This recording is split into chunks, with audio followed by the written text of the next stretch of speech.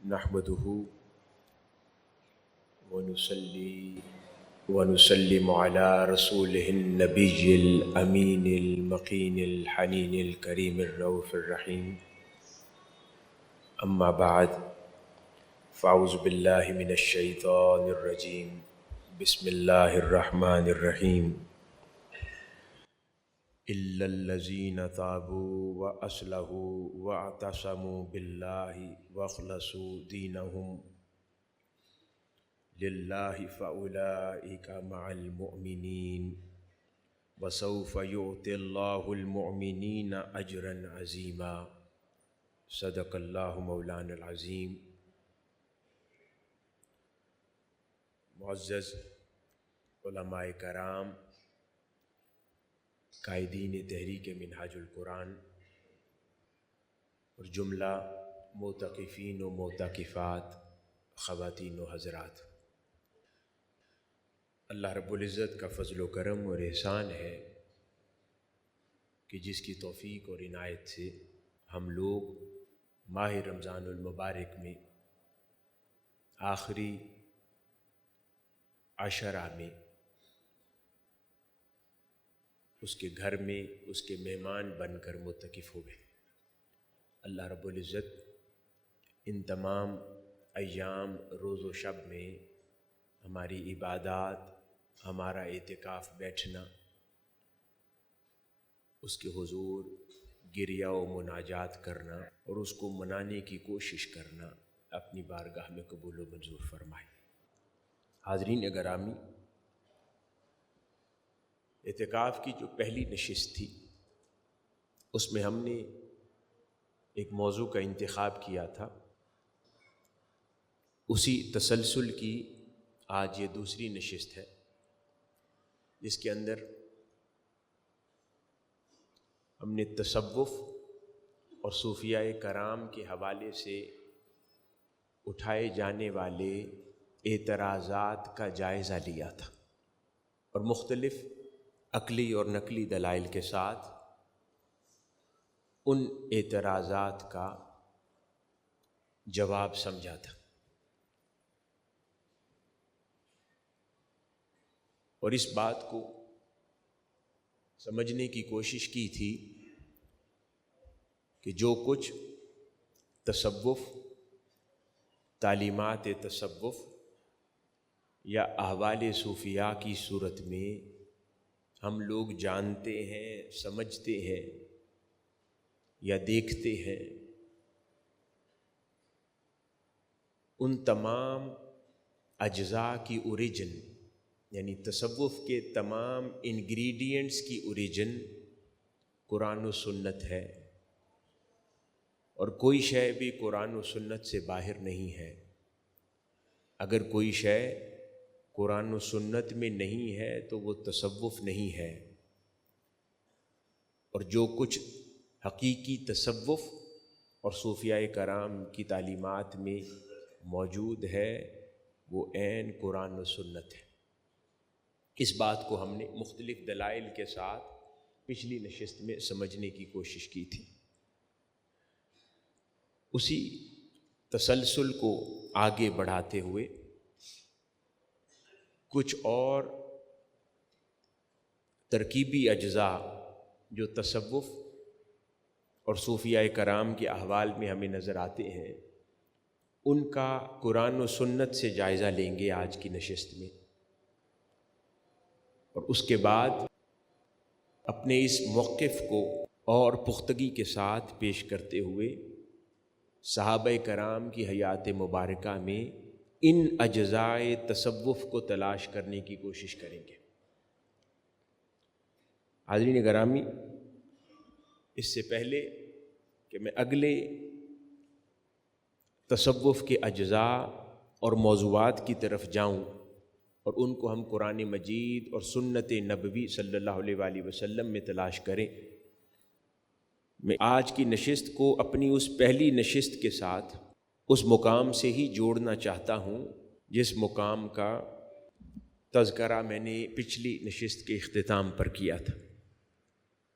وہ تاجدار کائنات حضرت محمد مصطفیٰ صلی اللہ علیہ وآلہ وسلم کی ایک حدیث مبارکہ ہم نے بیان کی تھی جس میں حضور نبی اکرم صلی اللہ علیہ وآلہ وسلم نے ارشاد فرمایا کہ حضرت داؤد علیہ السلام اکثر اللہ کی محبت کے حصول کے لیے یہ دعا مانگا کرتے تھے، اور اس دعا کا ہم نے ذکر کیا تھا کہ اے اللہ، میں تجھ سے تیری محبت مانگتا ہوں اور اس شخص کی محبت جس سے تو محبت کرتا ہے، اور اس عمل کی محبت جس کی بدولت تیری محبت حاصل ہوتی ہے، اور اے میرے لیے اپنی محبت کو میری جان و مال، اہل و عیال اور ٹھنڈے پانی سے بھی زیادہ عزیز کر دے۔ ہم نے اس روایت پر اپنی پچھلی نشست کا اختتام کیا تھا۔ تو پہلے 3 حصے ہمیں سمجھ آ گئے، اسی کو ہی آگے سمجھاتے ہوئے ہم آگے موضوع کی طرف بڑھتے ہیں، اور اس حدیث کو روایت کیا امام ترمذی نے۔ یہاں پر سیدنا داؤد علیہ السلام اللہ رب العزت سے اللہ کی محبت اپنی جان و مال سے بھی زیادہ، اپنے اہل و عیال سے بھی زیادہ مانگ رہے ہیں۔ اب یہ ایک ایسی شے ہے کہ جو حتمی ہے، آخری ہے۔ جان و مال جب چلا جاتا ہے تو اس کے بعد حیات باقی نہیں رہتی، تو انسان اپنی جان پر جب محبت مانگ لیتا ہے بڑھ کر، تو اس کے بعد اس کو کوئی اور ایکسپیرینس کرنے کا موقع میسر نہیں آتا۔ اہل و عیال بھی آخری درجے کی محبت میں سے اولاد کی محبت ہوتی ہے، جب کوئی اس کو بھی قربان کر دیتا ہے تو وہ بھی ہر روز ایسا موقع نہیں آتا کہ انسان اللہ رب العزت کی محبت کو اپنے اہل و عیال کی محبت کے سامنے کھڑا کر کے ناپ نہیں سکتا۔ ہر روز جان و مال کے سامنے بھی اللہ کی محبت پیمانہ بنا کر ناپنے کا موقع میسر نہیں آتا، تو اس لیے انسان پیمانہ ناپ نہیں سکتا۔ تو تیسرا خوبصورت پیمانہ جو آپ نے ارشاد فرمایا کہ ٹھنڈے پانی کی محبت سے بھی اپنی محبت بڑھا دے۔ اب ٹھنڈے پانی سے مراد یہ اگزامپل ہے، اس سے مراد اپنی روز مرہ زندگی سے آسائش و راحت، یعنی کہ اے مولا، میں تجھ سے اپنی روز مرہ کی زندگی میں جو آرام، آسائش اور راحت ہے اس سے بڑھ کر تجھے چاہوں۔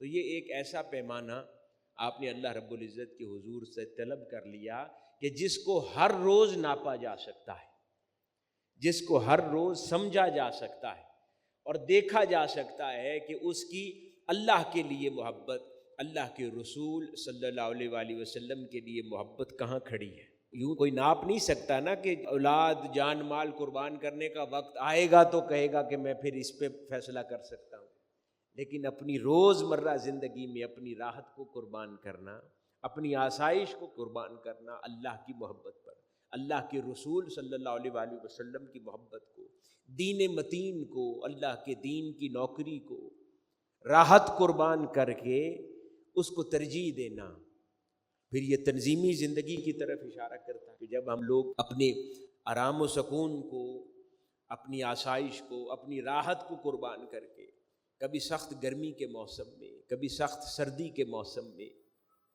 کبھی بسوں پر، کبھی بیابانوں میں، گاؤں میں، دیہاتوں میں اپنے آپ کو گرد آلود کر کے ہم اللہ کے دین کی نوکری کے لیے نکلتے ہیں، لوگوں کو دعوت دین دینے کے لیے نکلتے ہیں، لوگوں کی مدد کرنے کے لیے نکلتے ہیں، مشکل حالات میں کئی بار اپنی مالی اپرچونٹیز کو قربان کر کے ایسی اپرچونٹی کے ساتھ اپنے آپ کو قائم رکھتے ہیں کہ جس میں مالی تنگی رہتی ہے لیکن اللہ کے دین کی زیادہ خدمت ہوتی ہے، مستعدی ہوتی ہے، اللہ کے حضور کام کی قبولیت زیادہ ہے۔ ہو سکتا ہے انسان کہیں اور جگہ پر مالی اعتبار سے زیادہ کما لے، لیکن اس راحت کو قربان کر کے اللہ کے دین کی خدمت کو اپنانا، یہ ٹھنڈے پانی کے اوپر اللہ کی محبت کو ترجیح دینا ہے، یہ اپنی راحتوں پر اللہ کی دین کی نوکری کو ترجیح دینا ہے۔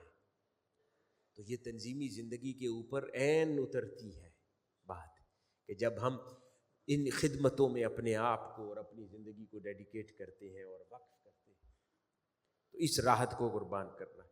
اسی طرح حاضرین گرامی، تصوف کے اجزاء میں سے ہی ایک یہ بھی صورت ہے جس کی طرف آقا علیہ الصلوۃ والسلام کی ایک حدیث مبارکہ نے اشارہ کیا۔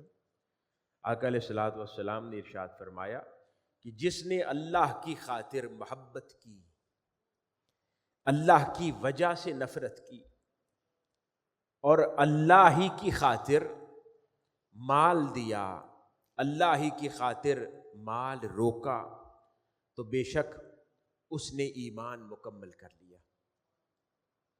اور اس کو سنن نبی داؤد میں روایت کیا گیا اس حدیث کو۔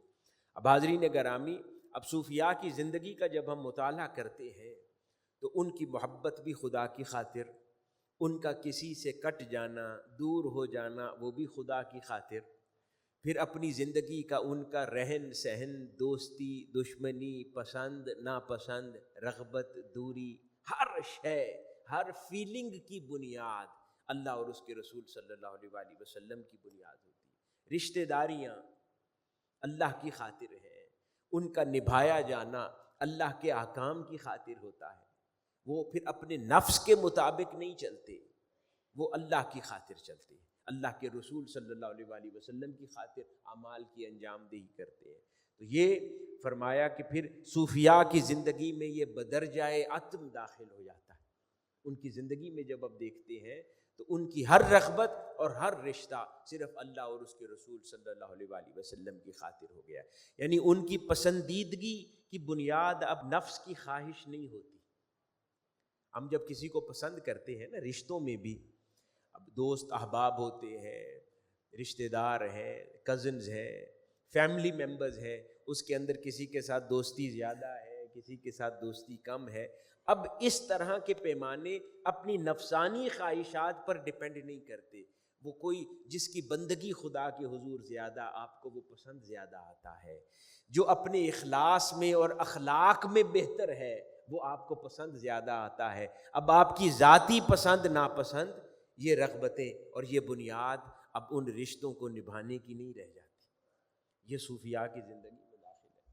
اسی طرح آگے پھر ایک اور خاص عمل جو صوفیاء کی زندگی میں ہم دیکھتے ہیں اور جس کو سمجھ سکتے ہیں کہ یہ بھی پھر عین قرآن و سنت ہے، یعنی وہ کہیں باہر سے لے کر دین میں داخل نہیں ہوئے، بلکہ یہ بھی عمل ان کی زندگی میں عین قرآن و سنت ہے۔ وہ کیا؟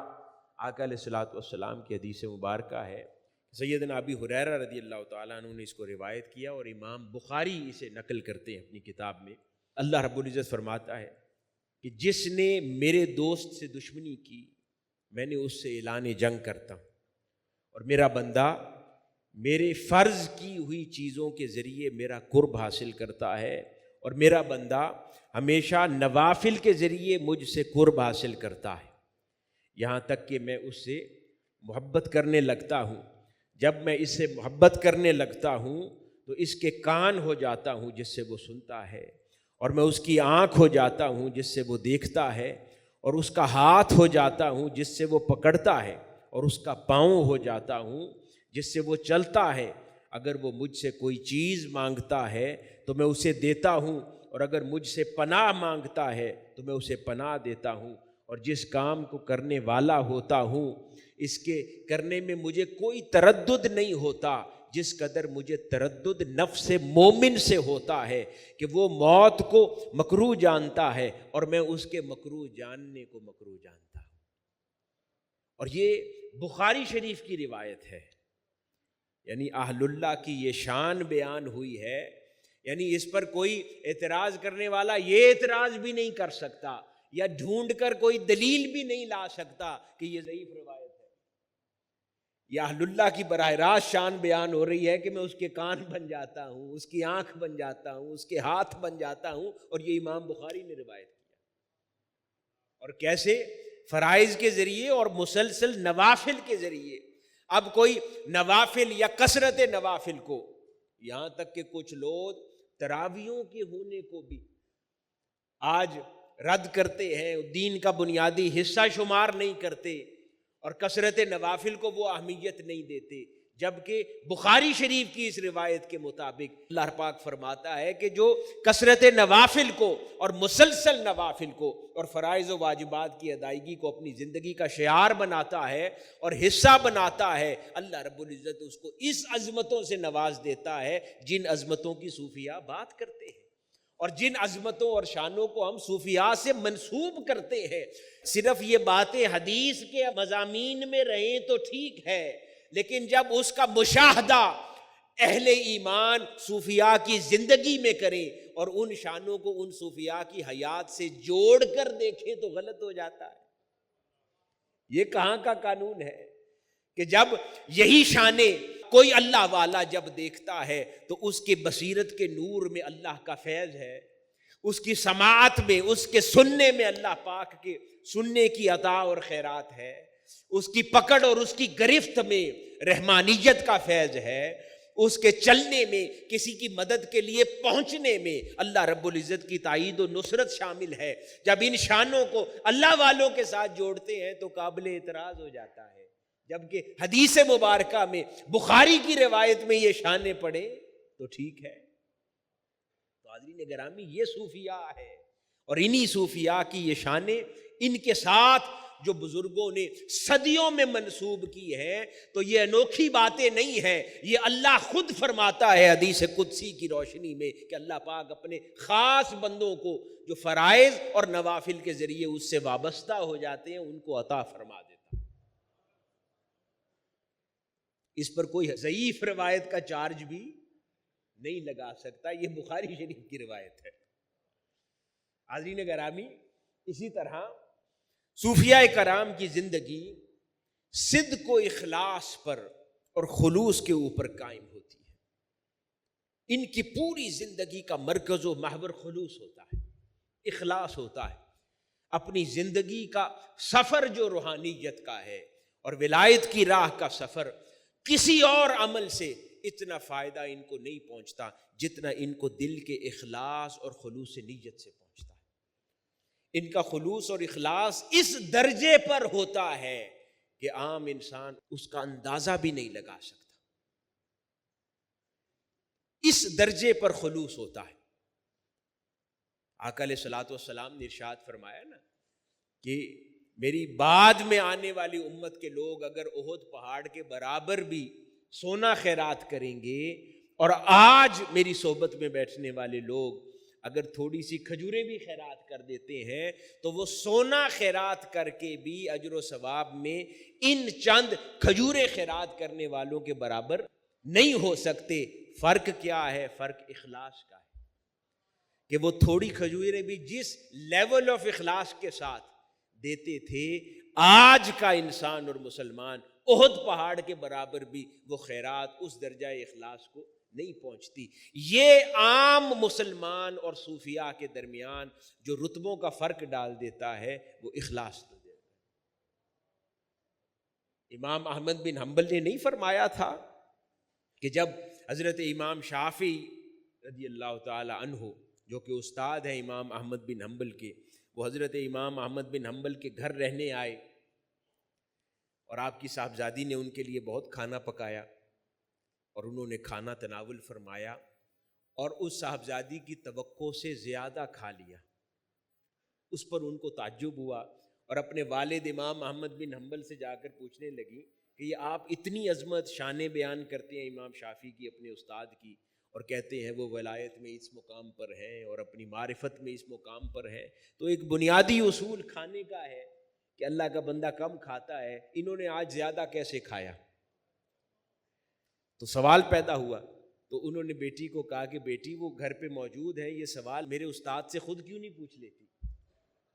تو وہ چلی گئیں، جا کر انہوں نے ان سے سوال کر لیا کہ اللہ اور اس کے رسول صلی اللہ علیہ وآلہ وسلم یا بزرگوں کی تعلیمات میں تو کم کھانا ہے، آپ نے اتنا تناول فرمایا۔ انہوں نے فرمایا بالکل بیٹی ٹھیک کہا تم نے کہ زندگی ایسے ہی گزاری جاتی ہے، مگر یہ معلوم نہیں ہے کہ جہاں سے سفر کر کے آ رہا ہوں پچھلے 3 دن میں بھی میں نے کچھ نہیں کھایا، اور اب جہاں سفر کر کے جانا ہے اگلے 3 دن میں کچھ نہیں کھاتا، اور حلال کے سوا کچھ نہیں کھاتا، اور اس پورے سفر میں مجھے احمد بن حنبل کے گھر سے زیادہ حلال کہیں میسر نہیں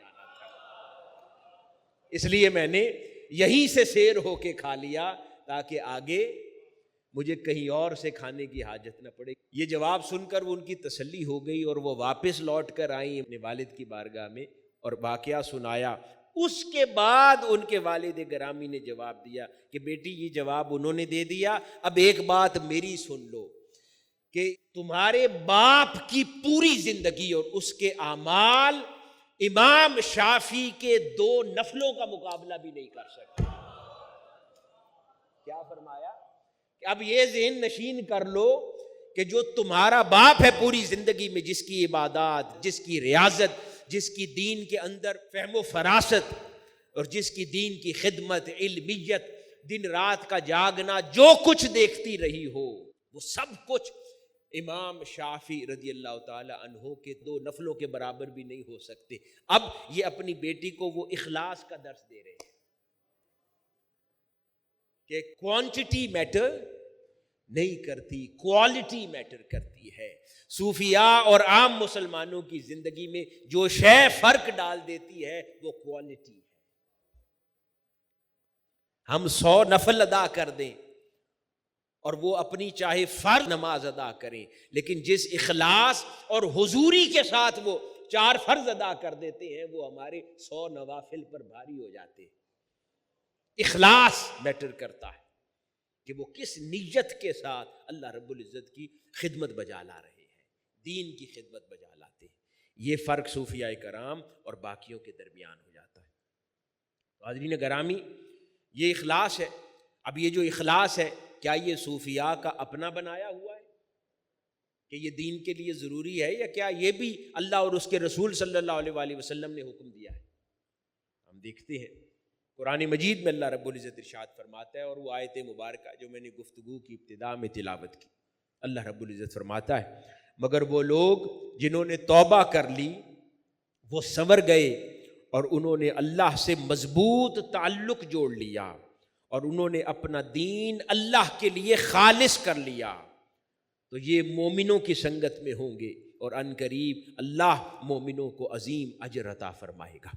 ایک اور مقام پر اسی طرح ارشاد فرمایا، بے شک ہم نے آپ کی طرف یہ کتاب حق کے ساتھ نازل کی ہے تو آپ اللہ کی عبادت اس کے لیے طاعت و بندگی کو خالص رکھتے ہوئے کیا کریں۔ یعنی یہ جو اخلاص ہے اور خلوص نیت ہے، یہ حکم قرآنی ہے، یہ اللہ کا حکم ہے۔ بس فرق یہ ہے ہم بیان کرتے ہیں، صوفیاء زندگی میں اڈاپٹ کر لیتے ہیں، اسے داخل کر لیتے ہیں، اس لیے وہ صوفی ہیں۔ حاضرین گرامی، اسی طرح ہر عمل کی انجام دہی اللہ کی خاطر ہو جاتی ہے۔ یہ جو اہمیت ہے اخلاص کی، یہ کیا ہے؟ خلوص نیت۔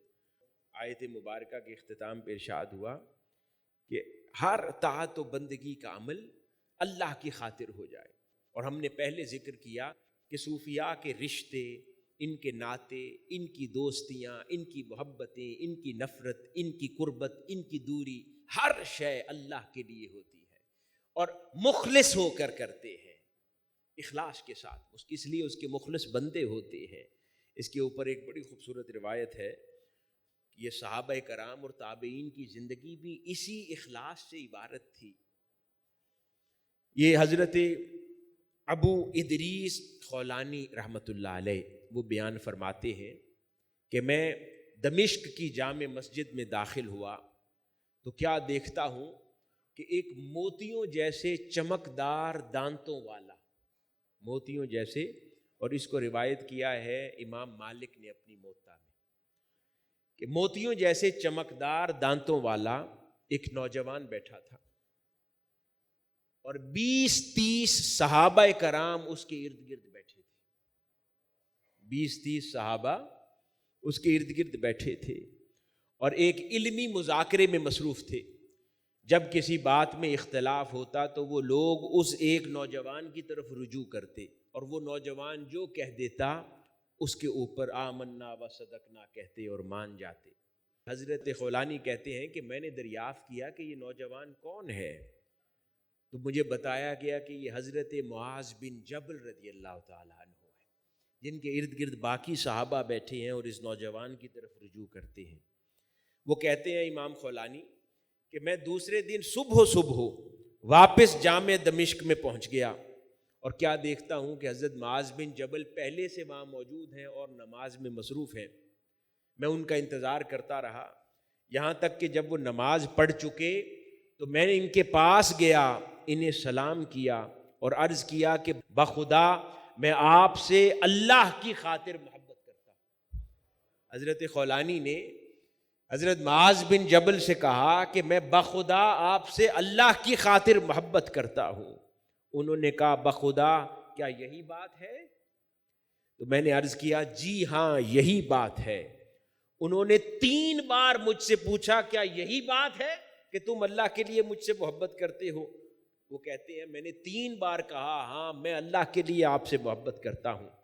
اس پر انہوں نے میری چادر کا کنارہ پکڑ کر مجھے متوجہ کر کے فرمایا، اللہ تبارک و تعالی ارشاد فرماتا ہے کہ میری محبت ان لوگوں کے لیے واجب ہو گئی ہے جو میری خاطر ایک دوسرے سے محبت رکھتے ہیں اور میری خاطر ایک دوسرے کے ساتھ بیٹھتے ہیں اور میری خاطر ایک دوسرے سے ملتے ہیں اور میری خاطر ایک دوسرے پر مال خرچ کرتے ہیں اور میری خاطر ایک دوسرے پر جانیں قربان کرتے ہیں۔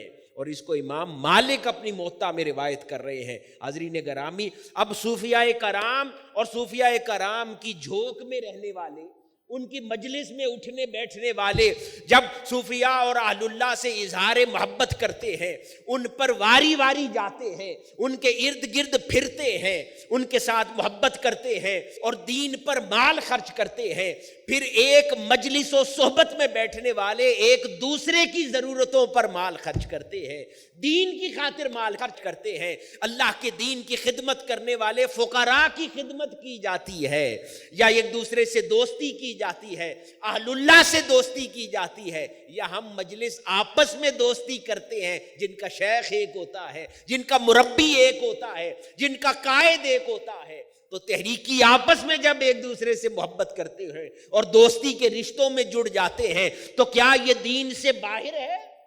کیا صوفیاء نے یہ بعد میں دین میں داخل کی ہے بات؟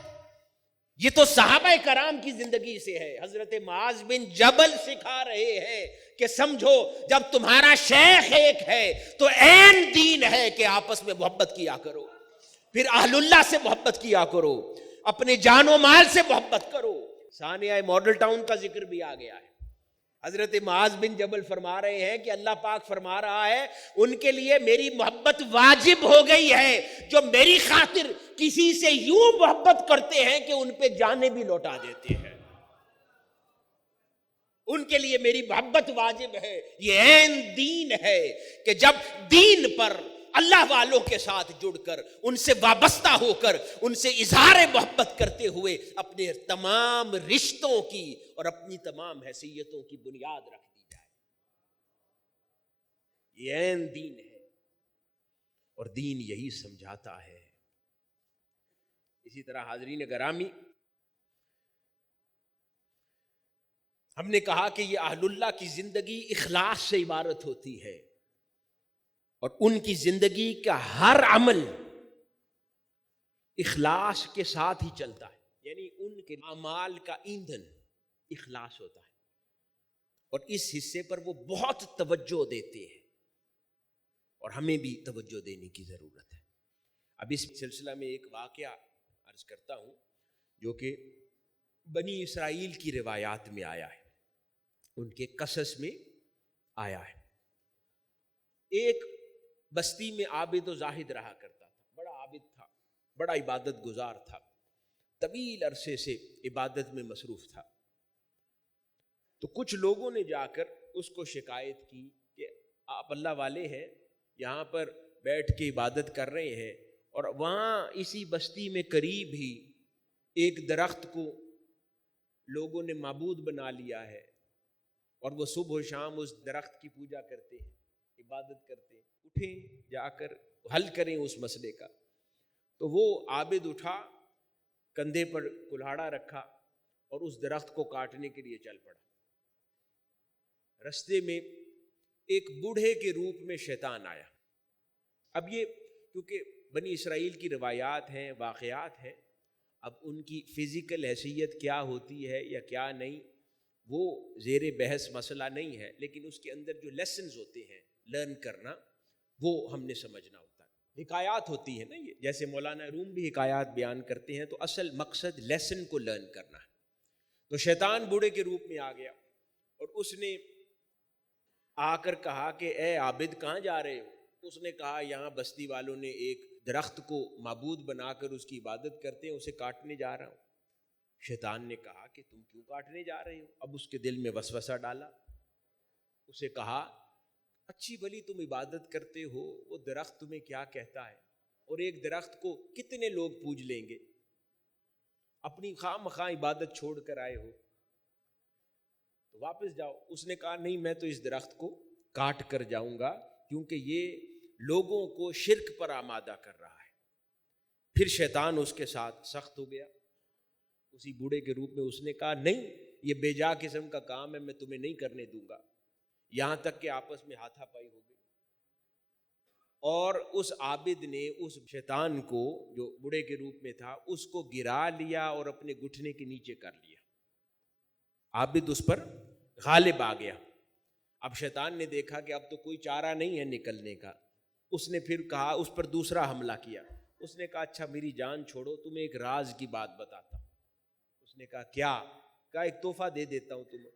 اس نے کہا دیکھو، اور انبیاء بھی ہیں خدا کے، اللہ پاک کسی کو بھی بھیج کے درخت ختم کروا دے گا، تم چھوڑو اپنا کام دیکھو، تم اچھے بھلے تندرست آدمی ہو، لوگ تمہاری مدد کرتے ہیں، کیا یہ اچھا ہو اگر تم مالی طور پر مستحکم ہو جاؤ، تمہیں کسی سے مانگنا نہ پڑے، تمہاری خودداری متاثر نہ ہو، تمہاری سیلف ریسپیکٹ متاثر نہ ہو۔ اب یہ چیز اپیل کی اس کو، این ممکن ہے اس عابد کو یہ چیز پریشان کرتی ہو کہ مجھے لوگوں سے مانگنا پڑتا ہے اپنے گزر بسر کے لیے۔ تو اس نے کہا ہاں یہ بات تو کوئی وزنی کر رہا ہے یہ۔ تو ساتھ اس نے کہا کہ کیوں نہ اس طرح ہو کہ میں تمہیں ایک ایسی دعا دیتا ہوں کہ ہر روز تمہارے سرہانے 2 دینار مل گیا کریں گے تمہیں، اس سے تم اپنی ضرورتیں بھی پوری کرو، اپنے بیوی بچوں کی ضرورتیں بھی پوری کرو، اور لوگوں میں خیرات بھی کرو، اور اس خیرات کا تمہیں کتنا اجر ملے گا۔ اس کے اوپر اس کو آمادہ کر کے اس نے درخت کاٹنے کا خیال ترک کر دیا اور وہ گھر لوٹ گیا۔ گھر لوٹ گیا تو ایسا ہی ہوا کہ اگلی صبح اس کے سرانے 2 دینار مل گئے۔ وہ بڑا خوش ہوا، اس نے اپنے اوپر بھی خرچ کیا، اپنے بیوی بچوں پہ بھی خرچ کیا اور خیرات بھی کی۔ اب لوگوں کی ضرورتیں پوری کرنے کا اس کے دل میں ایک خوش گمانی اور احساس پیدا ہو گیا۔ اب یہ بڑی غور طلب بات، اب ایک خیال سا آ گیا کہ میں تو وجہ بن رہا ہوں لوگوں کی حاجت روائی کی، لیکن یہ وسوسہ شیطان نے ڈال دیا اس کو ایک کام سے روک کر۔ دوسرے دن بھی 2 دینار مل گئے، اسی طرح اس نے بانٹے۔ تیسرے دن نہ ملے، وہ پھر غصے میں آیا، اس نے پھر کلاڑا اٹھایا، اس نے کہا اب تو درخت کاٹوں گا۔ وہ پھر چل پڑا، پھر اسی طرح شیطان بوڑھے کے روپ میں ملا، اس نے کہا کہاں چل دیے؟ اس نے کہا جو تم نے دعا دی تھی، بیکار آدمی ہو، وہ دینار تو ملتے نہیں ہیں، یہ شرک نہیں ہونے دوں گا میں، تو اس کو جا کر کاٹوں گا۔ اس نے پھر بوڑھے نے ہاتھا پائی کی، اس بار اس بوڑھے نے عابد کو لٹا لیا، اب دبا لیا اس کو۔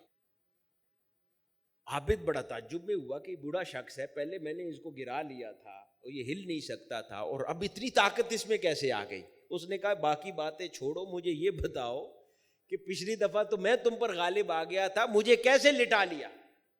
وہ کہتا ہے پچھلی بار جو کام کرنے جا رہے تھے وہ اخلاص کی طاقت تھی تمہارے اندر، تم اللہ کے لیے کرنے جا رہے تھے، تو جب کوئی مخلص ہوتا ہے نا اس کو کوئی نہیں ہرا سکتا، جیسے کہ اللہ پاک نے فرمایا سوائے تیرے ان بندوں کے جو چنیدہ اور برگزیدہ ہے، جو شیطان نے کہا تھا اللہ کے حضور میں ہر کسی کو گمراہ کروں گا لیکن تیرے مخلص بندوں کو نہیں کر پاؤں گا، تو اس وقت تم مخلص تھے، اس لیے تم مجھ پر غالب آ گئے۔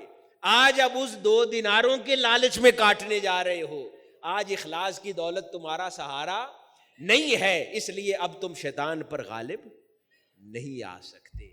حاضرین گرامی، یہ وہ اخلاص کی نعمت و دولت ہے جس کے اوپر ہمیں توجہ دینے کی ضرورت ہے، اور یہ اخلاص صوفیاء کا زیور ہوتا ہے، اخلاص صوفیاء کا حسن ہے، ان کی زینت ہے یہ۔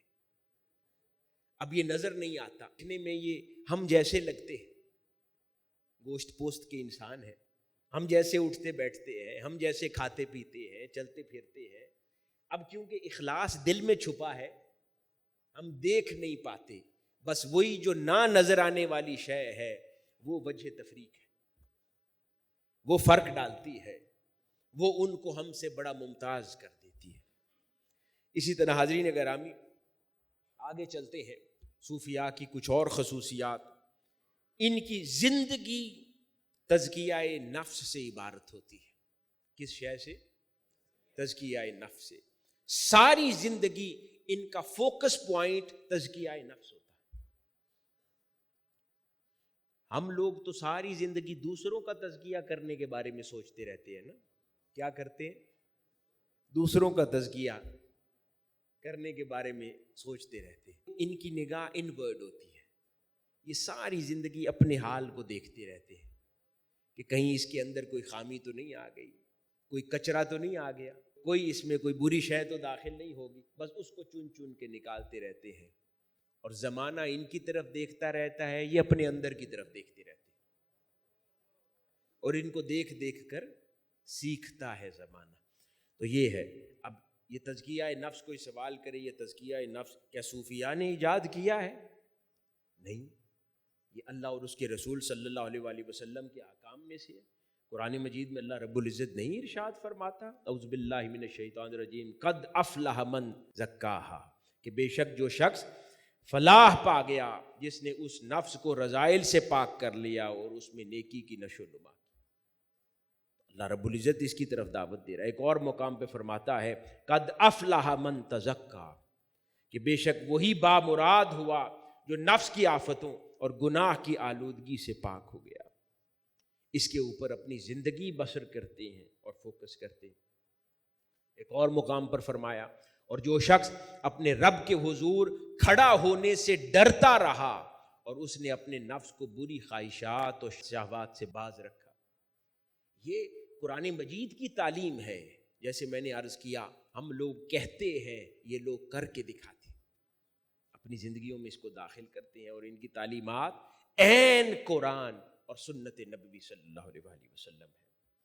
اس طرح حاضرین گرامی، اسی تزکیہ نفس کے حوالے سے رسول اللہ صلی اللہ علیہ وآلہ وسلم نے ارشاد فرمایا، اسے حضرت عبداللہ بن عمر رضی اللہ تعالیٰ عنہ روایت کرتے ہیں کہ ایک شخص نے عرض کیا کہ یا رسول اللہ صلی اللہ علیہ وآلہ وسلم، کون سی ہجرت افضل ہے؟ کون سی ہجرت افضل ہے؟ تو آقا علیہ الصلوۃ والسلام نے فرمایا، تم اس چیز کو چھوڑ دو جو اللہ تعالیٰ کے نزدیک بری ہے۔ یہ سب سے افضل ہجرت ہے کہ برے کاموں کو چھوڑ دو، ہر اس کام کو چھوڑ دو جسے اللہ پاک ناپسند فرماتا ہے۔ یہ سنن نسائی کی روایت ہے۔ اسی طرح حضرت ابی ہریرہ رضی اللہ تعالیٰ عنہ روایت کرتے ہیں کہ رسول اللہ صلی اللہ علیہ وآلہ وسلم نے ارشاد فرمایا، تم لذتوں کو ختم کرنے والی چیز یعنی موت کو زیادہ یاد کیا کرو۔ لذتوں کو ختم کرنے والی چیز موت کو زیادہ یاد کیا کرو۔ اب یہاں پہ کچھ علماء، کچھ طبقات اس قسم کی بات کرتے ہیں کہ یہ صوفیاء اپنے اوپر لذتوں کو اور دنیا کی جائز لگژریز کو بھی پابندی لگاتے ہیں اور منع کرتے ہیں، یہ دین سے نہیں ہے، یہ اضافی ہے۔ یہ دین ہے۔ تاجدار کائنات صلی اللہ علیہ وآلہ وسلم ارشاد فرما رہے ہیں کہ لذتوں کو ختم کرنے والی شے موت، اس کو زیادہ یاد کیا کرو، کہ وہ خیال اپنا لو جس سے تمہاری زندگی سے لذتیں نکل جائیں۔ وہ خیال یا اس شے کے بارے میں زیادہ سوچا کرو کہ جو تمہیں مولا سے قریب کر دے، اس دنیا اور اس دنیا کی رغبتوں سے دور کر دے۔ اگر صوفیاء یہ تعلیم دیتے ہیں یا ان کی زندگی میں، ان کے احوال میں یہ رنگ نظر آتا ہے، تو کیا یہ عمل اضافی ہے یا عین دین ہے؟ عین دین ہے۔ حاضرین گرامی، اسی طرح حضرت ابی ہریرہ رضی اللہ تعالیٰ عنہ سے مروی ہے کہ رسول اللہ صلی اللہ علیہ وآلہ وسلم نے ارشاد فرمایا، اور اس کو بخاری شریف میں بیان کیا گیا کہ پہلوان وہ نہیں ہے کہ جو کشتی میں کسی کو پچھاڑ دے، بلکہ پہلوان وہ ہے جو غصے کے وقت اپنے نفس پہ قابو رکھے۔ اب یہ صوفیاء حلم کی، بردباری کا پیکر ہوتے ہیں، شفقت کا پیکر ہوتے ہیں، محبت کا پیکر ہوتے ہیں، لوگوں کو معاف کرتے ہیں، تو یہ کیا ہے؟ یہ رویہ کیا ہے؟ یہ اسوہ کیا ہے؟ یہ جو تصوف کا ہے، یہ عین دین ہے، یہ اللہ اور اس کے رسول صلی اللہ علیہ وآلہ وسلم نے سکھایا ہے۔ حضرین گرامی، ان کے اندر دوسری خاص بات، جیسے میں نے عرض کیا کہ ان کی نگاہ اپنے باطن کی طرف رہتی ہے اور باہر دوسروں کی کمزوریوں اور خامیوں سے نگاہ کو ہٹا لیتے ہیں۔ یعنی یہ لوگ ججمنٹل نہیں رہتے، دوسرے کو جج نہیں کرتے پھرتے، ان کے امور پر، ان کے معاملات پر، ان کی باتوں پر، ان کے چلنے پھرنے، لباس اوڑھنے بچھونے، کھانے پینے، زندگی پر ججمنٹل نہیں رہتے۔ اس کا یہ مطلب بھی نہیں ہے کہ جو ان کی صحبت میں بیٹھتا ہے اس کو سکھاتے نہیں ہیں، اس کو خیر کی بات نہیں کرتے، وہ ان کے فرائض میں سے ہے، لیکن کرٹیکل نہیں رہتے۔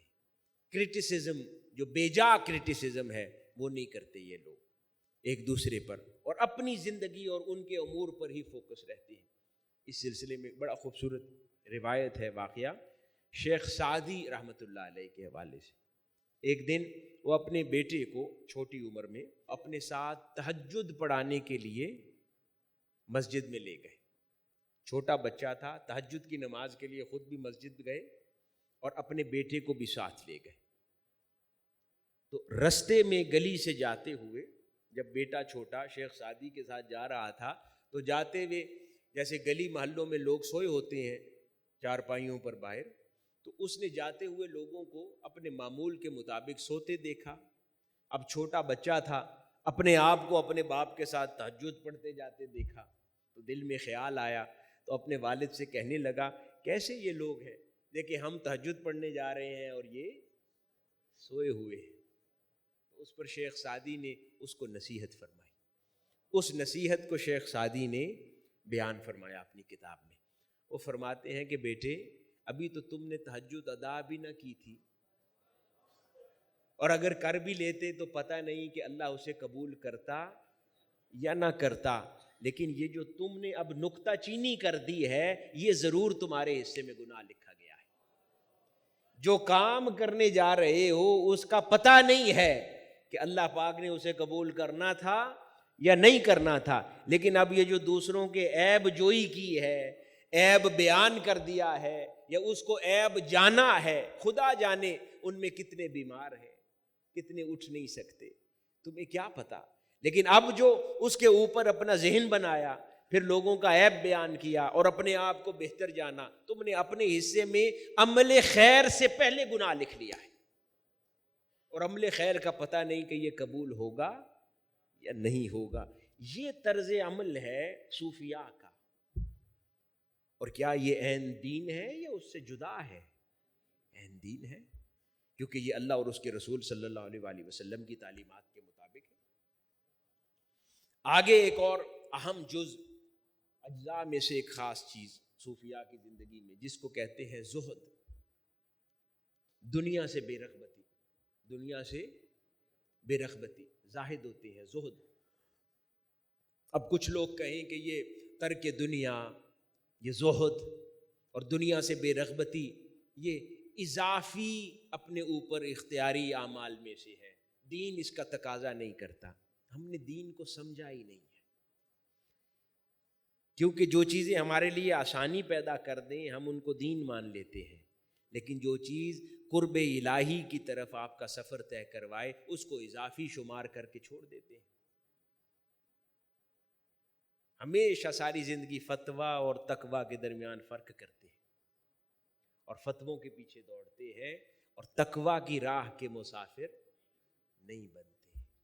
اس وجہ سے وہ صوفیاء فتوے کو چھوڑ کر تقوی کی راہ کے مسافر بنتے تھے، یعنی وہ زکوٰۃ میں 2.5% پہ اکتفا کرنے والے لوگ نہیں تھے، وہ اپنی کل کمائی کے بیشتر حصے خیرات کر دینے والے تھے، اللہ کی راہ میں اللہ کی خاطر اس کے نام پر دینے والے تھے۔ ہم لوگ تو گن کر 2.5% سے ایک اوپر نہ چلا جائے فیصد، بس وہاں پر بریک لگاتے ہیں کہ کہیں اضافی نہ چلا جائے۔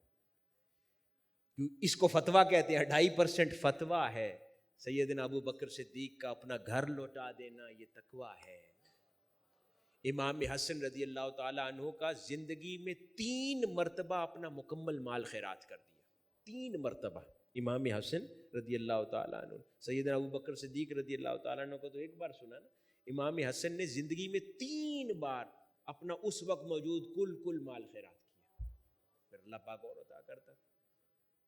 یہ تقویٰ ہے، یہ تقویٰ کے میدان کے سالار ہیں یہ لوگ۔ اب یہ جو زہد ہے، بے رغبتی ہے دنیا کی، یہ کہاں سے آئی ہے؟ یہ بھی قرآن ہمیں سکھاتا ہے۔ قرآن مجید میں اللہ پاک ارشاد فرماتا ہے، اور دنیاوی زندگی کی عیش و عشرت کھیل اور تماشا کے سوا کچھ نہیں، اور یقیناً آخرت کا گھر ہی ان لوگوں کے لیے بہتر ہے جو تقویٰ اختیار کرتے ہیں۔ یہاں تک تم یہ حقیقت نہیں سمجھتے، یعنی وہ فتویٰ اختیار کرنے کی بات نہیں ہو رہی، جو تقویٰ اختیار کرتے ہیں آخرت کا گھر ان کے لیے بہتر ہے۔ حاضرین گرامی، یہ بھی تصوف کے اجزاء میں سے ہے۔ پھر دنیا کی بے رغبتی کے بارے میں کچھ انبیاء کے احوال دیکھتے ہیں، یہ بھی قصص میں آیا ہے بنی اسرائیل کے، کہ سیدنا عیسیٰ علیہ السلام ایک سفر پر جا رہے تھے، اور دوران سفر ایک شخص کے قریب سے گزرے، وہ بے سر و سامانی کی حالت میں سو رہا تھا۔ سیدنا عیسیٰ علیہ السلام نے گزرتے ہوئے اس کو اٹھایا کہ اے غفلت میں پڑے شخص، اٹھ، سویا کیوں ہوا ہے، اللہ کا ذکر کر۔ تو اس نے اٹھ کے کہا، اے نبی اللہ، مجھ سے کیا چاہتے ہیں؟ میں نے پہلے دنیا ساری دنیا والوں کے لیے چھوڑ دی ہوئی ہے، یہ دنیا ساری دنیا والوں کے لیے چھوڑ دی ہے، اب اس دنیا میں میرا کوئی حصہ نہیں ہے۔ تو فرماتے ہیں اچھا اگر ایسی بات ہے تو چل پھر سویا رہے، تو نے پوری زندگی کو ہی ذکر خدا بنا لیا ہے، یعنی اس دنیا کے جھنجٹ سے تو نکل آیا ہے تو پھر سویا رہے، تو پرواہ نہ کر۔ اسی طرح سیدنا موسیٰ علیہ السلام بھی روایات میں آتا ہے کہ جا رہے تھے، ایک شخص کے پاس سے گزرے، وہ سر کے نیچے پتھر رکھ کے سویا ہوا تھا، اس کے بال، اس کی داڑھی گرد آلود تھی اور برے حال تھے جسم کے۔ اس کے پاس سے گزرے اور اللہ پاک سے کہنے لگے، مولا تیرا بندہ کیسے دنیا میں دیکھ ضائع ہو گیا، تیرا بندہ دنیا میں کیسے ضائع ہو گیا؟ اس پر اللہ پاک فرماتا ہے، اے موسیٰ یہ ضائع نہیں ہوا، اس کو غور سے دیکھ، جس کی طرف میں زیادہ توجہ کر دوں وہ ایسا ہو جاتا ہے۔ اس کو ضائع ہونا نہیں کہتے، جس کی طرف میں زیادہ متوجہ رہتا ہوں نا وہ ایسا ہو جاتا ہے، وہ بے نیاز ہو جاتا ہے، پھر سر کے نیچے پتھر پڑے ہوتے ہیں، بال اور داڑھی گرد آلود ہوتی ہے، بیابانوں میں پڑے ہیں۔ کہتے ہیں بس جس کی طرف تھوڑی زیادہ توجہ کر دوں وہ ایسا ہو جاتا ہے، تجھے کہاں سے لگا یہ ضائع ہو گیا ہے، یہ تو بن گیا ہے، یہ تو سنور گیا ہے، یہ سج گیا ہے، میری محبت اور میری توجہ سے مزین ہو گیا ہے۔ حاضرین گرامی، صوفیاء کرام کی زندگی میں قلت طعام، کم کھانا، یہ بھی ان کی تعلیمات میں سے۔ اب جو علماء کھانے کی رغبت رکھتے ہیں، اب وہ کہیں گے یہ تو زبردستی ہے، دین میں کہاں آیا ہے، یعنی حلال کھانا چاہیے، جتنا بھی ہو حلال ہونا چاہیے، چاہے جتنا بھی ہو۔ تو صوفیاء نے یہ ایسے زبردستی گھڑی ہے بات کہ کم کھاؤ، تو سمجھتے ہیں کیا یہ انہوں نے گھڑی ہے یا یہ عین دین ہے؟ حاضرین گرامی، اللہ رب العزت ارشاد فرماتے ہیں قرآن مجید میں، اور کھاؤ اور پیو اور حد سے زیادہ خرچ نہ کرو، کہ بے شک وہ بے جا خرچ کرنے والوں کو پسند نہیں فرماتا۔ اور اسی طرح حضرت ابی ہریرہ رضی اللہ تعالیٰ عنہ روایت کرتے ہیں کہ آقا علیہ الصلوۃ والسلام نے فرمایا، اور اس کو بخاری شریف نے روایت کیا، مومن ایک آنت سے کھاتا ہے جبکہ کافر 7 آنتوں سے کھاتا ہے۔ اب یہ دین ہے یا صوفیاء نے گھڑی ہے بات؟ یہ الگ بات ہے کہ ہم سے خود عمل نہ ہو، پوری طرح عمل نہ ہو، لیکن اس کو آپ دین سے نکال تو نہیں سکتے بات کو، کچھ اس پر زیادہ عمل کر سکتا ہے، کچھ کم عمل کرتا ہے، لیکن اس کو آپ دین سے خارج نہیں کر سکتے کہ یہ صوفیاء خود سے بنا کر لائے ہیں بات، یہ عین دین ہے۔ پھر صوفیاء کی زندگی کئی بار فقر مجبوری ہے، کئی بار فقر اختیاری ہوتا ہے۔ صوفیاء کئی بار اپنی زندگی میں فقر اختیاری داخل کرتے ہیں آقا علیہ الصلوۃ والسلام کی یاد میں، حضور کے خیال میں اپنے اوپر فقر اختیاری طاری کر لیتے ہیں، اپنے اپنے دل کی کیفیات پر ہے۔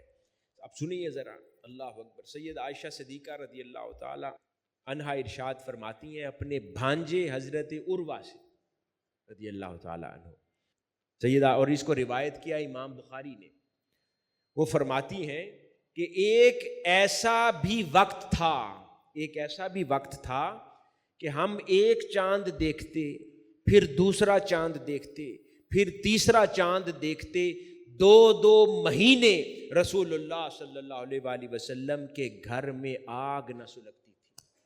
اللہ اکبر۔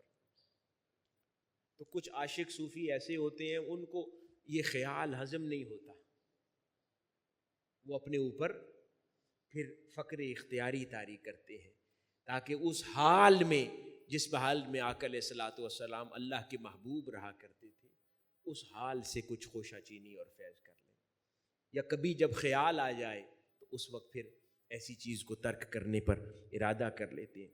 اسی طرح حضرت عائشہ صدیقہ رضی اللہ تعالی عنہا ارشاد فرماتی ہیں، اور اس کو بھی امام بخاری نے نقل کیا، کہ جب سے مدینہ آئے ہیں رسول اللہ صلی اللہ علیہ وآلہ وسلم کے گھر والوں نے 3 دن تک متواتر آسودہ ہو کر گیہوں کا کھانا نہیں کھایا، یہاں تک کہ تاجدار کائنات صلی اللہ علیہ وآلہ وسلم کا وصال ہو گیا۔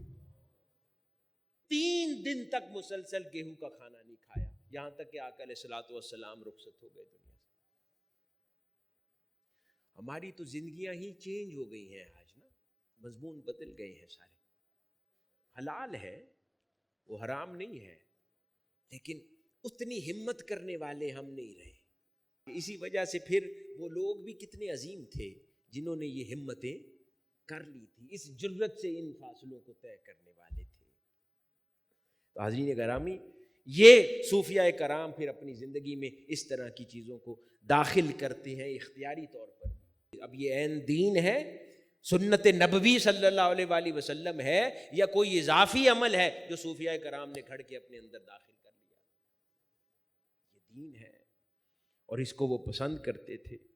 اسی طرح حاضرین گرامی، ایک اور یہاں پہ روایت عرض کرتا ہوں، حضرت سہل تستری رحمۃ اللہ علیہ، بڑی پیاری روایت ہے، اس کے اندر سارا مضمون سمجھ آ جائے گا، یہ فقر اختیاری، قلت طعام کا، کہ یہ صوفیاء کی زندگی کا سفر کیا ہوتا ہے۔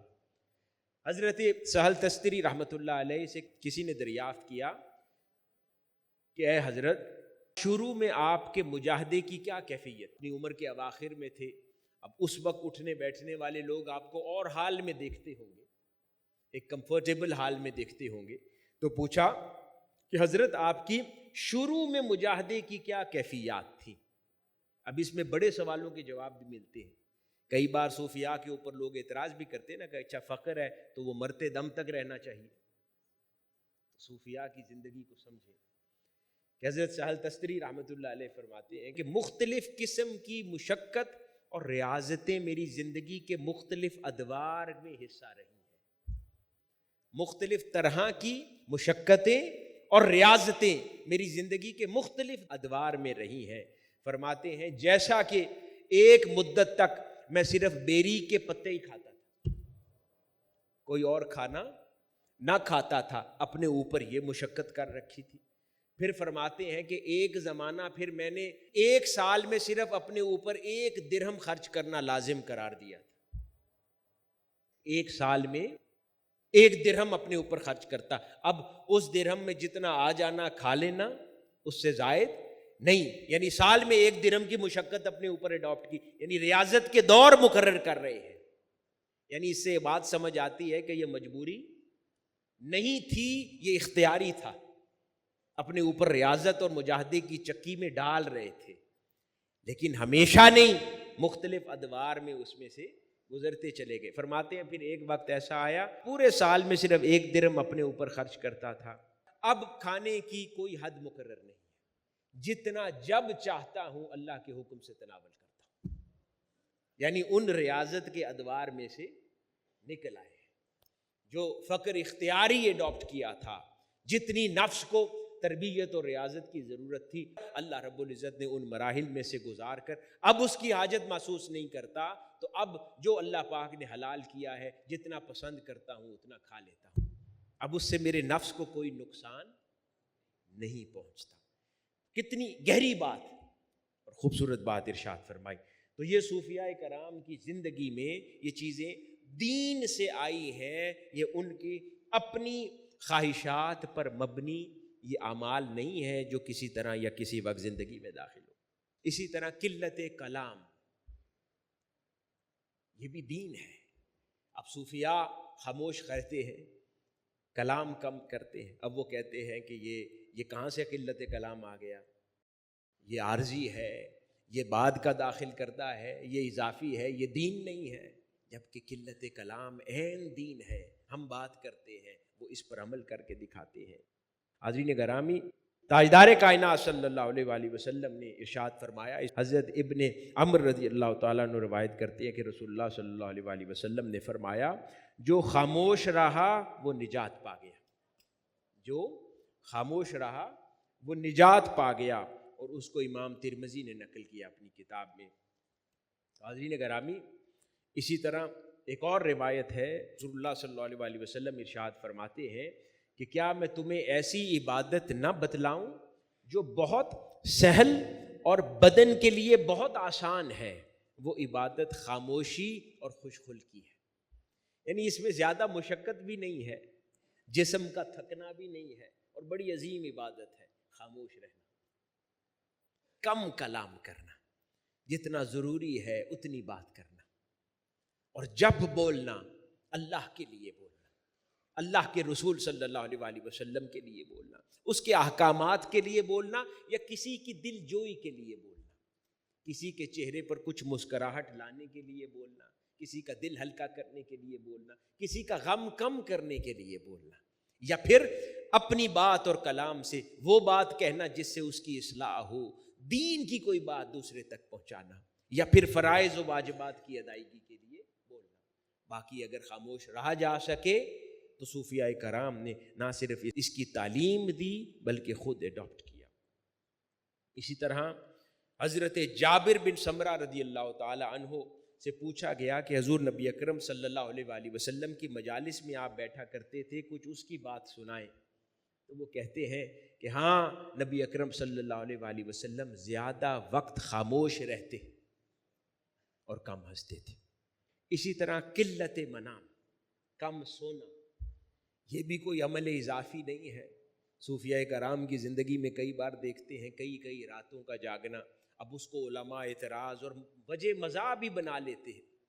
کبھی کوئی اللہ والا بیان کر دے کہ اتنا عرصہ عشاء کے وضو سے فجر کی نماز ادا کی، اس کو وجہ طنز و مزاح بنایا جاتا ہے، اس کا مذاق اڑایا جاتا ہے، جبکہ یہ تاجدار کائنات صلی اللہ علیہ وآلہ وسلم کی اپنی حیات تھی۔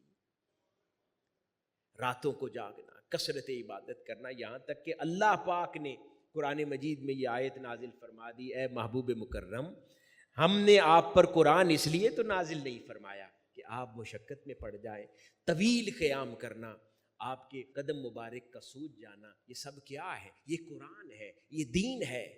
اسی نقش قدم پر اور نقش پا کی تلاش میں یہ صوفیاء کرام اپنی زندگی بسر کرتے ہیں۔ تو یہ عین دین ہے، یہ دین سے اضافی کچھ نہیں ہے۔ حاضرین گرامی، اب ہم چلتے ہیں صحابہ کرام کے دور میں، اور صحابہ کرام کی حیات میں ان اجزاء کو ڈھونڈنے کی کوشش کرتے ہیں تاکہ پتہ چل جائے کہ یہ جو بعد کے صوفیاء کرام ہیں، یہ جو ان کے احوال ہیں، یہ کوئی اپنے بنائے ہوئے ہیں یا صحابہ کرام کے دور سے جو صوفی ہوا ہے وہ ایسا ہی مست تھا، ایسا ہی مست لست تھا، شروع سے ایسے ہی صوفیاء چلے آ رہے ہیں، یا یہ بعد میں نئے ایسے بنے ہیں؟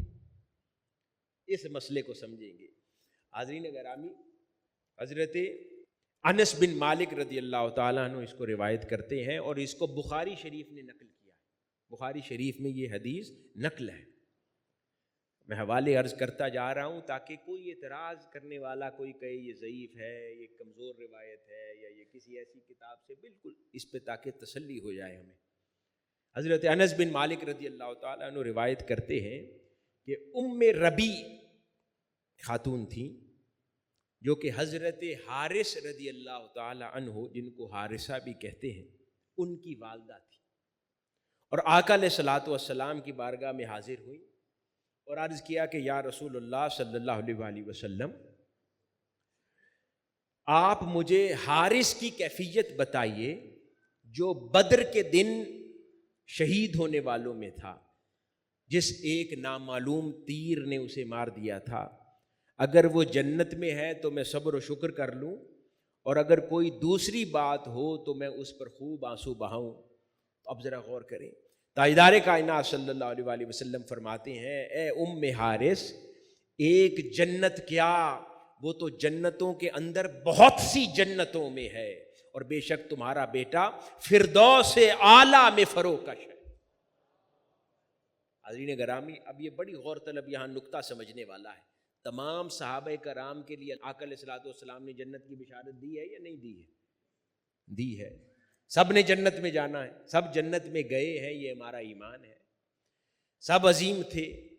پھر حضرت حارث میں کیا خاص بات ہے کہ آقا علیہ الصلوۃ والسلام اب کسی کے دل رکھنے کے لیے تو یہ بات ارشاد نہیں فرما رہے، فرق خود فرما رہے ہیں کہ باقی صحابہ ایک جنت میں، تمہارا بیٹا ایک جنت میں، آگے کئی جنتوں میں ہے، یعنی کئی جنتوں کا مالک ہے، اور جو فردوس میں سب سے اعلیٰ ترین مقام ہے وہاں پر اس وقت مقیم ہے۔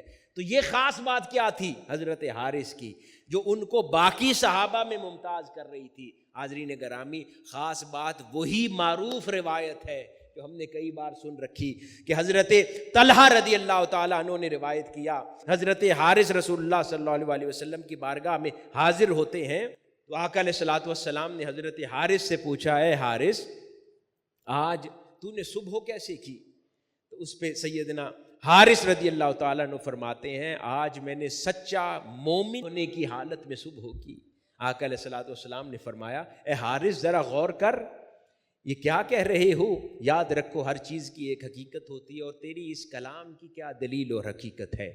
تو عرض کیا، یا رسول اللہ صلی اللہ علیہ وآلہ وسلم، یہ اب غور سے سنتے جائیں، چار چیزیں فرمائیں۔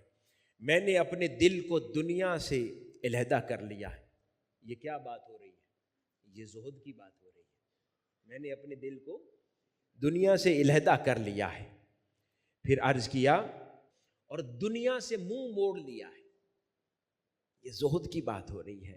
اب میری نظر میں دنیا کا پتھر، سونا، چاندی، کنکر، کوڑا سب یکساں ہے۔ یہ قناعت کی بات ہو رہی ہے، بے نیازی کی بات ہو رہی ہے۔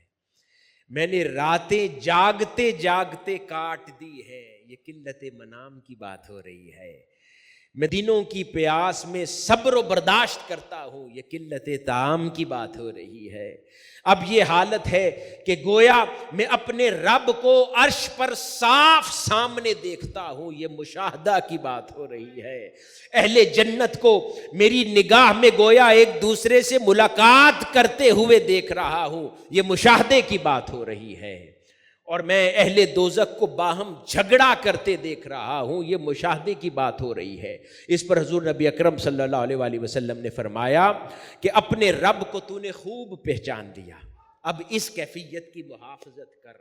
حاضرین گرامی، اس روایت کے بعد کچھ بچتا ہے کہ صوفیاء کرام کے احوال پر انگلی اٹھائی جائے؟ اب حضرت حارث کیا اللہ کے نبی ہیں؟ نہیں ہے۔ حضرت حارث کیا خلفائے راشدین میں سے ہیں؟ نہیں ہے۔ حضرت حارث کیا ائمہ اہل بیت ہیں؟ نہیں ہے۔ یہ صحابی رسول ہیں، ایک عام مسلمان خاتون کے جنے ہیں، لیکن اللہ پاک نے ان کو صوفیانہ احوال ایسے عطا کر دیے ہیں کہ تاجدار کائنات کے زمانے میں رہتے ہوئے اہل مشاہدہ میں سے ہو گئے ہیں۔ زمین پر چلتے پھرتے ہیں لیکن اہل عرش کا مشاہدہ کرتے ہیں، اہل جنت کا مشاہدہ کرتے ہیں، اہل دوزخ کو دیکھتے ہیں، اور یہاں تک کہ یہ دعویٰ بھی کر دیا ہے کہ اپنے مولا کا دیدار جاگتی آنکھوں سے کرتا ہوں۔ اگر حضرت حارث کہیں تو ٹھیک ہے، اگر آج سیدنا غوث العظم کہیں تو تمہیں اعتراض ہے، اگر خواجہ اجمیر کہیں تو تمہیں اعتراض ہے، حضرت خواجہ فرید الدین چشتی کہیں تو تمہیں اعتراض ہے۔ یہی وہ کیفیات ہیں۔ اللہ پاک ہر دور میں اہل مشاہدہ پیدا کرتا آیا ہے. صحابہ میں بھی اہل مشاہدہ تھے، تابعین میں بھی اہل مشاہدہ تھے، ائمہ میں بھی اہل مشاہدہ تھے، اور آج بھی 14 سال کے اندر ہر دور میں اہل مشاہدہ چلے آ رہے ہیں. اسی لیے حضور شیخ الاسلام کا یہ کلام نہیں سنا جب آپ فرماتے ہیں کہ کچھ لوگ جب نماز میں کھڑے ہوتے ہیں وہ نماز میں مصلی دیکھتے ہیں، اور کچھ لوگ جب اپنی آنکھوں کو بند کرتے ہیں نماز تو زمین پر کھڑے ادا کر رہے ہوتے ہیں لیکن اپنے مولا کا عرش کا بے حجاب و بے نقاب دیدار کر رہے ہوتے ہیں.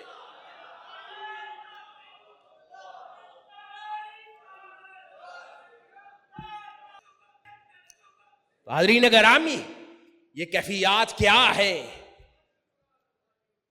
اگر کسی کو صوفیاء کے احوال میں ان کیفیات پر اعتراض ہے تو سب سے پہلے حضرت حارث رضی اللہ تعالیٰ عنہ کی کیفیات پر اعتراض کرو. اگر وہاں پر زبان خاموش ہے تو حضور سیدنا غوث الاعظم کے سامنے بھی زبان خاموش رکھو. اگر وہاں زبان خاموش ہے تو خواجہ اجمیر کے سامنے بھی اپنی نگاہ اپنی زبان کو لگام دے کے رکھو.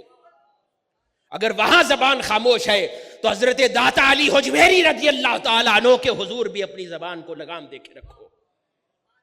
اگر وہاں زبان خاموش ہے تو حضرت بابا فرید گنج شکر رضی اللہ تعالیٰ عنہ کے سامنے بھی زبان کو لگام دے کے رکھو، کیونکہ یہ صاحب مشاہدہ اس خالق کی پیداوار ہے، اس نے پیدا کی ہے اور وہ ہر دور میں پیدا کرتا ہے. اور یہ کیفیات صحابہ کے اندر بھی موجود تھی. آئیے ایک اور صحابی کے احوال سنتے ہیں. اب کچھ لوگوں کو اعتراض ہوتا ہے یہ مست لست کیا ہے منظر، یہ دیوانے بن جاتے ہیں، بیگانے بن جاتے ہیں، پھر گلوں میں طرح طرح کے طوق ڈال کر گلیوں میں نکل جاتے ہیں، بے نیازی کی باتیں کرتے ہیں، دیوانگی کی باتیں کرتے ہیں، محبت کی باتیں کرتے ہیں. یہ تو پرانے زمانوں میں نہیں ہوتا تھا، یہ تو صحابہ کی زندگی کے اندر نہیں تھا، یہ تو سب نئے قصے کہانیاں ہیں. یہ حضرت بشر الحافی رضی اللہ تعالیٰ عنہ کے واقعات یہ کہاں سے کیفیتیں پائیں آئیں؟ حضرت بشر الحافی جیسا ایک صحابہ کی جماعت میں بھی دکھاتے ہیں. صحابہ کی جماعت میں بھی بشر الحافی جیسے لوگ تھے. حضرت بہلول بن زبیب رضی اللہ تعالیٰ عنہ صحابی رسول ہیں. ایک دن آقا علیہ الصلوۃ والسلام کے حضور روتے ہوئے حاضر ہوئے. رونے کی وجہ دریافت فرمائی تو عرض کیا یا رسول اللہ صلی اللہ علیہ وسلم میں نے اتنے گناہ کیے ہیں کہ اگر ایک گناہ کے بدلے میں بھی اللہ تعالیٰ میری گرفت کر لے تو میں ہمیشہ جہنم میں رہوں. یعنی یہ تقویٰ اور خشیت الہی کا غلبہ جو رہتا تھا ان لوگوں پر. اتنے عظیم لوگ تھے یہ صحابہ، پھر بھی خشیت الہی کا غلبہ کس طرح رہتا تھا؟ فرماتے ہیں کہ میں ہمیشہ جہنم میں رہوں. اور پھر انہوں نے یہ کہا اور اسی حالت میں روتے روتے گلے میں مجرموں کی طرح لوہے کا توق ڈالا اور پہاڑوں میں نکل گئے.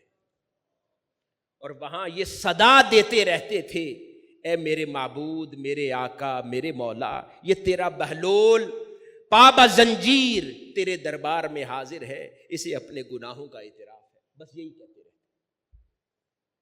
خشیت کی حالت میں صحابہ کی جماعت میں، اور ان کیفیات سے مزین تھے. اب بعد میں صوفیاء کی زندگی میں اگر یہ دیوانگی، یہ بیگانگی دیکھیں تو ہمیں اعتراض ہو جاتا ہے، جبکہ ہر دور میں اللہ پاک ان کیفیات کو پیدا بھی کرتا تھا اور ان کیفیات کے لیے بندے چنتا بھی تھا اور چن کے انہیں دے دیتا تھا. اسی طرح حاضرین گرامی آگے سنتے ہیں. حضرت انس بن مالک رضی اللہ تعالیٰ عنہ بیان کرتے ہیں کہ رسول اللہ صلی اللہ علیہ وآلہ وسلم نے ارشاد فرمایا، اور اس کو امام ترمذی نے نقل کیا ہے اپنی کتاب میں سنن ترمذی میں.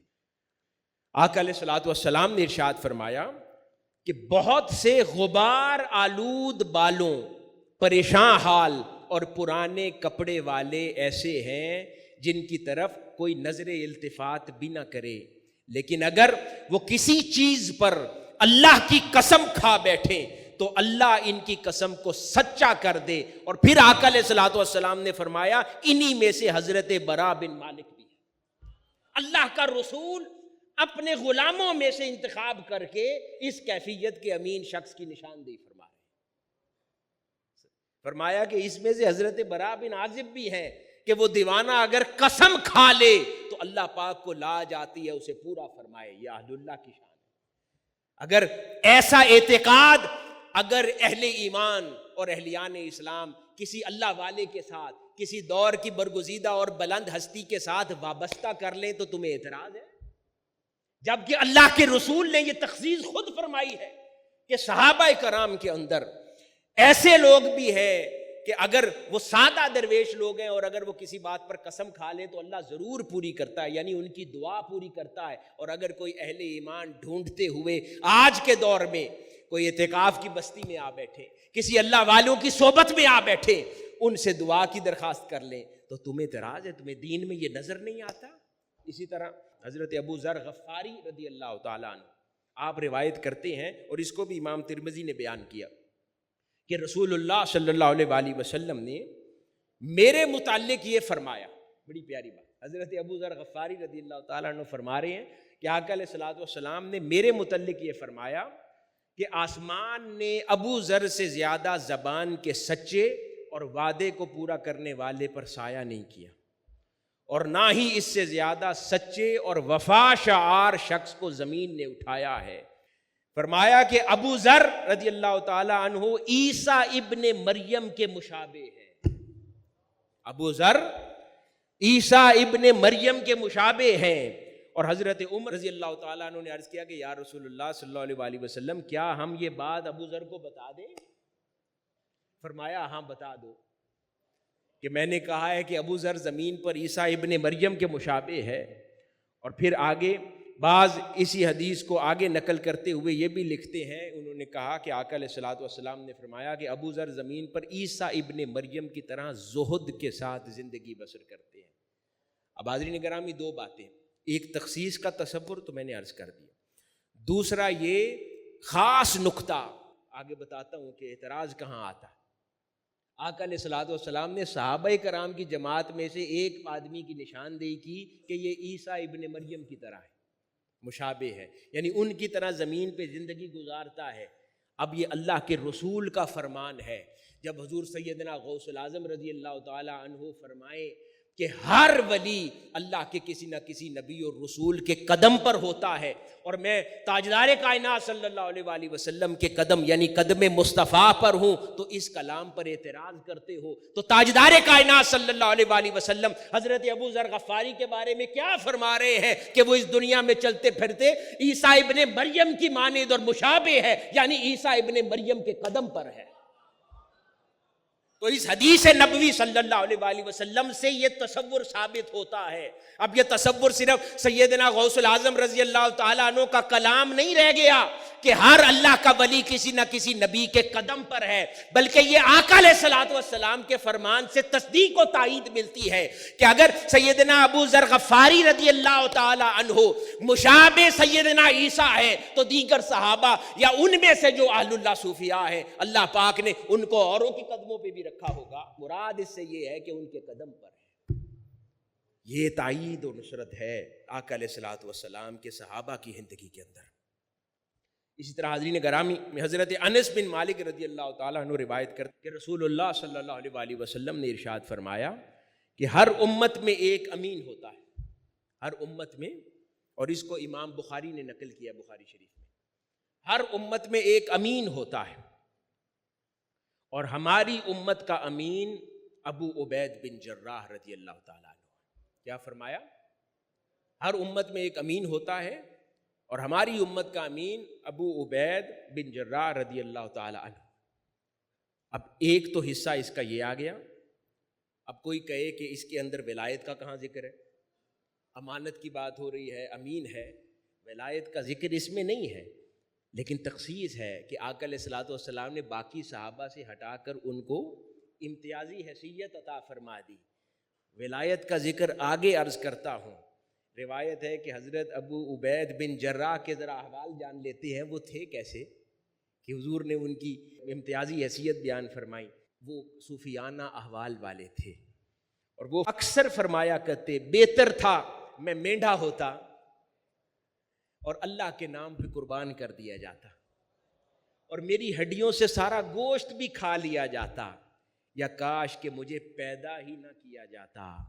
حاضرین گرامی، اگر اب حضرت بابا فرید گنج شکر رضی اللہ تعالی عنہ فرمائے کاگا سب تن کھائیو، چن چن کھائیو، پر دو نینا دو مت کھائیو، مجھے پیا ملن کی آس، اگر حضرت بابا فرید کہیں تو اعتراض ہے، اور اگر حضرت ابو عبید بن جراح کہیں کہ میری ہڈیوں سے سارا گوشت کھایا جائے، میں مینڈا ہوتا، اللہ کی راہ میں قربان کر دیا جاتا، تو وہاں ٹھیک ہے۔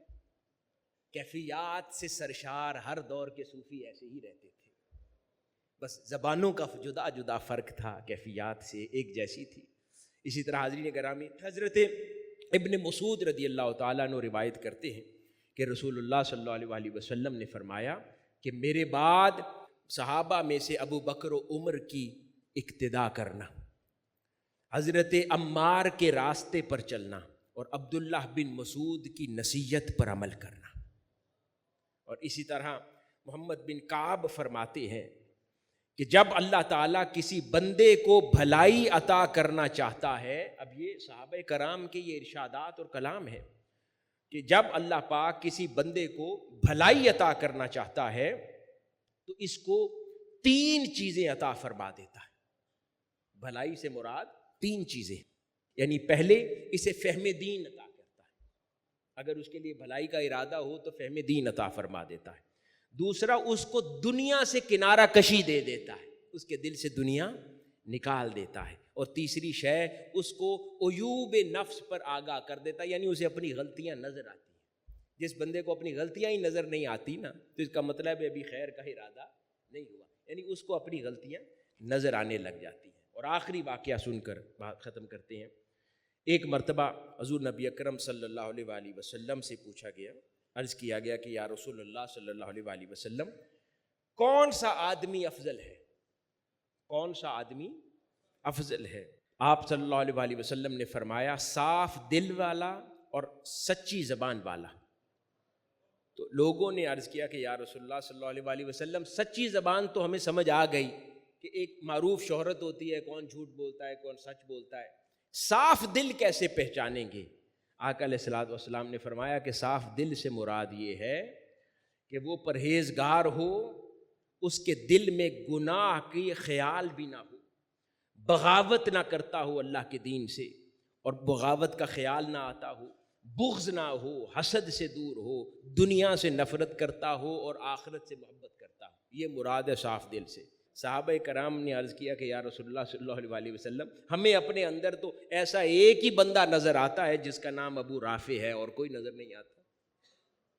یعنی صحابہ کرام بھی اپنی جماعت کے اندر صوفی اور غیر صوفی کی تفریق کر لیتے تھے، ہم سے نہیں ہوتی، یا کوئی کر لے تو ہمیں اس پر اعتراض ہے۔ تو صحابہ کرام بھی پہچانتے تھے کہ کون ان میں صوفی ہو گیا ہے، کس کے احوال اہل تصوف والے ہیں، کس کے احوال اللہ اور اس کے رسول صلی اللہ علیہ وآلہ وسلم کی عطا سے اہل محبت والے ہیں، اہل عشق والے ہیں، کون سے مست لوگ ہیں۔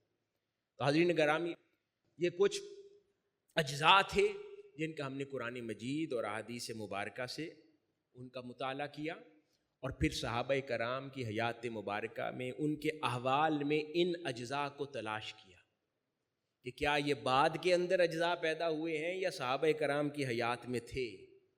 تو ہم نے کئی ایسے واقعات سنے، اور اس طرح ایک طویل فہرست ہے بہت سے صحابہ کرام ہیں جن میں سے ہم نے چند کا ذکر کیا۔